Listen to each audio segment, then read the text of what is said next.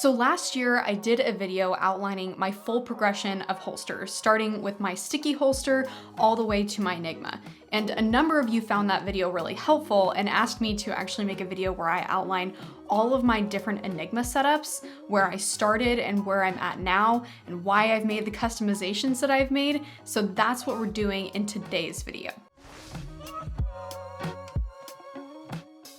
So in late November of 2020, I received my first Enigma about a week before launch and started going through the assembly process. And none of the educational resources that exist today existed then. There was no assembly video or anything to go reference. And let me tell you, that assembly process was so frustrating. And poor John and Sarah got so many questions from me in that first week, but I got it assembled and I started in on that customization process. I do have my initial review of the Enigma up on YouTube, but I'm going to summarize it for you here so you don't have to go back and view it on whatever potato I was filming on at the time. So to kind of sum up my initial impressions, I was really excited about the platform right out of the gate. I knew that before I even got the Enigma. I had been really frustrated with the whole concealed carry process leading up to it. I found a couple of things that were working fine, but I didn't have anything. I really didn't have anything that I could comfortably and consistently use that was also safe when I was wearing a dress or skirt or even athletic clothing. And so I felt like the Enigma was going to kind of serve those niches for me. And that's why I was excited about it going into it. And then I went through the assembly process, and that process was frustrating. And then once I finally got it on and started kind of actually working with it and, running with it and trying to do life with it, I noticed that the full-size fidlock buckle on the standard Enigma was definitely too big for my frame. And then I got some rubbing from the sides of the Tigris on the standard faceplate, and that would get uncomfortable after longer term wear. And I also noticed that the belt would kind of start to ride up again over longer term wear. So after a couple of hours, I would start to experience the belt starting to ride up. I also had some initial issues with leg leash material, like skin comfort and adjustments, but that was easily solved. I did want to note here, and I did note in my initial review, that none of those issues were problems for my husband. He was able to wear the Enigma, the standard Enigma, pretty much right out of the gate with no issues. He's definitely since customized his Enigma, but it all worked for him pretty well right out of the gate. And I think that in large part, a number of the issues that I was having were related to just how much of an outlier in size I am and just my overall petite frame, particularly like the fidlock buckle being definitely too big for my frame and kind of having a little bit of issues with the sides of the Tigris kind of rubbing on my skin. So definitely note that those things may not be an issue or may not have been an issue for you when you started in on this platform. So after getting started with that fully stock standard Enigma, I knew I definitely had some customization to work through, and I kind of started going through that process. Some of the first things that I did to modify my fully stock standard Enigma was I got a DIY gutted paracord leg leash, and I actually still use the gutted paracord leg leash today. It was super duper easy to make. It hardly took any time at all, and there's a walkthrough that you can look at on PHLster's website. I just found that the material was a lot softer and just more comfortable for my skin. The next modification I made was I got the smaller buckle, and that made a humongous difference for me. It definitely made the whole thing kind of fit better to my frame, and I was able to wear it for longer periods of time with a lot more comfort, but I was still experiencing a little bit of rubbing and discomfort from the sides of the Tigris, and so I got a Levo Designs cover that covered the entire Enigma, and that really closed the gap for me in terms of comfort. And the only thing I continued to kind of struggle with after making those changes was with the belt just slightly riding up a little bit throughout the day. The whole Enigma wouldn't ride up throughout the day, but just the back side of the belt itself would kind of ride up. So I took to the PHLster Concealment Workshop on Facebook and kind of started seeing what other people were doing with that issue themselves. And one of the things that people were doing was they were getting these little sticky things. I think they're for purses, they're for purse straps, and putting it on their belt to stop it from riding up. It's like a gummy kind of material. And that, I thought that worked for a minute. And so I wore that for a while, but I did still eventually notice it would slide up. And honestly, having this amount of surface area of silicone on my skin would just get sweaty after a period of time. So I wound up ditching that modification and moving on to something else. I've always experienced some level of back pain, just like right in the center of my back, anytime I've been carrying a gun, particularly when I'm carrying my gun on a non-stretchy chassis, whether it's a belt or the Enigma that didn't have a stretchy belt. I always experience some amount of lower back pain. And Sarah sent me just a DIY solution that she made for herself because she had experienced pain similar to that in the past. And that pretty much solved that issue for me. Every once in a while I'd get a little bit of back pain, but using this back pad worked really well.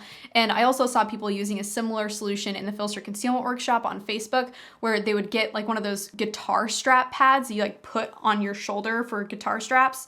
And they would put that in their small back attached to the Enigma belt, and that added a lot of comfort for some other people as well. And I ran that for a long time. That was my setup for a couple of months. So after running the Standard Enigma with the Level Designs cover, the small buckle, the gutted paracord leg leash, and the back pad for a while, PHLster started going through the process of designing the Enigma Express, and they were able to send me some of the prototypes for that. And the first thing I noticed about that was that the faceplate itself was narrower, which I think works really, really well, especially with my petite frame. And that allowed me to forego the Level Designs cover because the Tigris was no longer interacting with my skin. Then they started prototyping the sport belt, and so I was able to start working with that.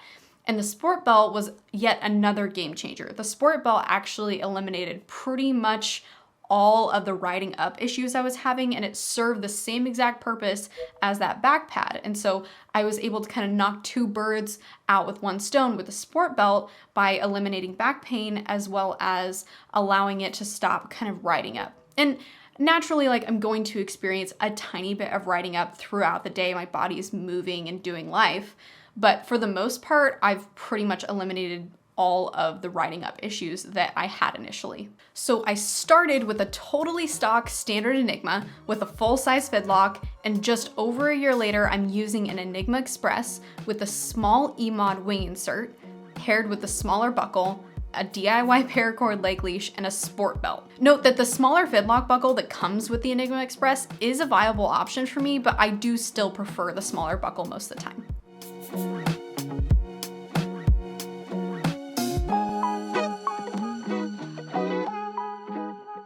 More or less, I've been able to fit each part of this system to my custom needs, but that definitely doesn't mean that I'm done customizing it. In last week's video, I talked about how to avoid your box of holster shame, buying holsters that just simply won't work. And I want to clarify that just because you're avoiding buying a bunch of holsters that doesn't work doesn't mean that you're not going to buy multiple holsters or that you're not going to invest in the customization process. Because as time goes on, new things are going to become available. And as time goes on and new things become available, there might be better options as you go along. Just like I did with this whole Enigma Express, Enigma Standard Enigma process, new things came along and they solved similar issues that I was already attempting to solve with other ways.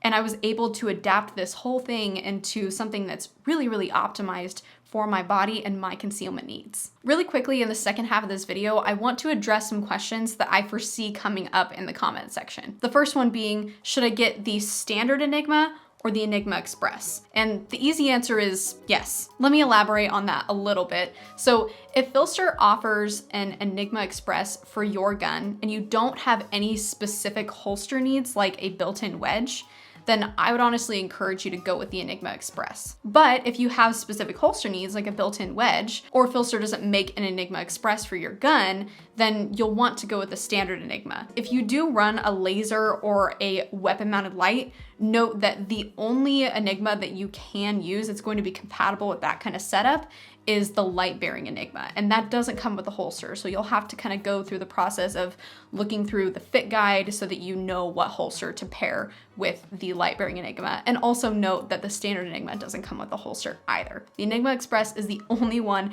that comes with a holster completely assembled. And the next question is, can I use a different holster with my Enigma Express? And the answer to this is absolutely not. You can't do that because of the fact that each faceplate is designed for a different purpose. I actually wrote a blog article answering this exact question in detail on PHLster's website, so I'll link that down in the description below. Basically though, you can't use any other holster with the Enigma Express because the Enigma Express faceplate is only designed to work with the skeleton holster, whereas the Standard Enigma is able to work with any non-light bearing holster that is compatible with the correct wing attachments and all of that. I can link the fit guide down below as well. The reason that those are interchangeable is because the adjustments on either side of the faceplate allow for kind of discrepancies and changes within the different holster shells. Designing a faceplate specifically around that one skeleton holster basically allowed them to remove any of the guesswork from holster design, and that's why they were allowed to eliminate those adjustment holes, because they were no longer a necessity with being able to build the faceplate around that one specific holster shell. So essentially, if you put a different holster shell on the Enigma Express, you're opening yourself up to issues with the holster potentially breaking or hurting the faceplate, or just overall getting less than desirable concealment results. If you have any more questions, please feel free to leave them down in the comments section. Thanks for watching this video, and if you need more help working through the process of navigating a holster and concealment, check out last week's video where I talked about how to avoid the box of shame and how to avoid just buying holsters that aren't gonna work for you at all. Thanks for watching again, and I'll see you guys in next week's video.